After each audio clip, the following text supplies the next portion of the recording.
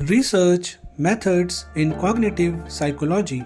This consists of the various research methods that we use in cognitive psychology. Every research has a goal and it is achieved through appropriate methodology. Let me explain to you what are the goals of research. To better understand the specific methods used by cognitive psychologists, one must grasp the goals of research in cognitive psychology. Briefly, those goals include data gathering, data analysis, theory development, hypothesis formulation, hypothesis testing, and perhaps even application to settings outside the research environment. However, most cognitive psychologists want to understand more than cognition. They also seek to understand the how and why of thinking. That is, researchers seek ways to explain cognition as well as describe it. To move beyond descriptions, cognitive psychologists must leap from what is observed directly to what can be inferred regarding observations. In the next part of this video, I will talk about the distinctive research methods. Cognitive psychologists use various methods to explore how humans think. These methods include: number 1, laboratory or other controlled experiments; number 2, psychobiological research; number 3, self-reports, case studies, naturalistic observation; and number 4, computer simulations and artificial intelligence. Each method offers distinctive advantages and disadvantages. Number 1, let's talk about the experiments on human behavior. In controlled experimental designs, an experimenter conducts research, typically in a laboratory setting. The experimenter controls as many aspects of the experimental situation as possible. There are basically two kinds of variables in any given experiment. Number 1, independent variables, and number 2, dependent variables. The irrelevant variables are held constant and are called control variables. In implementing experimental method, the experimenter must use a representative and random sample of the population of interest. She or he must also exert rigorous control over the experimental conditions. If those requisites for the experimental method are fulfilled, the experimenter may be able to infer probable cause. This influence is of the effects of the independent variable, that is the treatment, on the dependent variable, that is the outcome for the given population. Number 2, let's talk about psychobiological research. Through psychobiological research, investigators study the relationship between cognitive performance and cerebral events and situations. The various specific techniques used in the psychobiological research generally fall into 3 categories.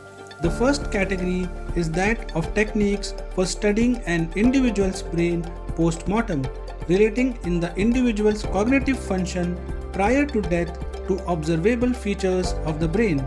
The second category is techniques for studying images showing structures of or activities in the brain of an individual who is known to have a particular cognitive deficit. The third is techniques for obtaining information about cerebral processes during the normal performance of a cognitive activity. Example, by using brain imaging techniques. Number 3, let's talk about self-reports, case studies, and naturalistic observation.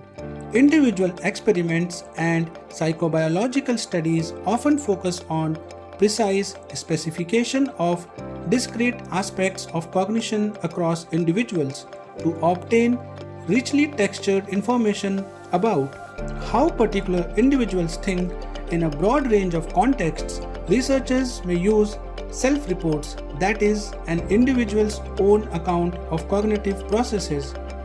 Next, case studies, that is, in-depth studies of individuals. And next, naturalistic observation, that is, detailed studies of cognitive performance in everyday situations and with no or absolutely zero laboratory context. On the one hand, experimental research is most useful for testing hypotheses. On the other hand, research based on qualitative methods is often particularly useful for the formulation of hypotheses. These methods are also useful to generate descriptions of rare events or processes that we have no other way to measure. Number 4. Computer simulations and artificial intelligence. Digital computers played a fundamental role in the emergence of the study of cognitive psychology. One kind of influence is indirect through models of human cognition based on models of how computers process information. Another kind is direct, that is through computer simulations and artificial intelligence. In computer simulations, researchers program computers to imitate a given human function or process. Some researchers even have attempted to create computer models of the entire cognitive architecture of the human mind. Their models have stimulated heated discussions regarding how the human mind may function as a whole. Sometimes the distinction between simulation and artificial intelligence is blurred. It is also possible to combine the two approaches. Cognitive psychologists often broaden and deepen their understanding of cognition through research in cognitive science.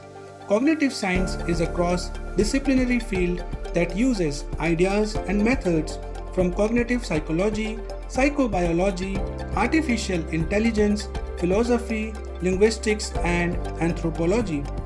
Cognitive psychologists use these ideas and methods to focus on the study of how humans acquire and use knowledge. They work in collaboration with other psychologists known as social psychologists who study in the field of social cognition, who also study motivation and emotion. And the next category is of engineering psychologists who study human-machine interactions.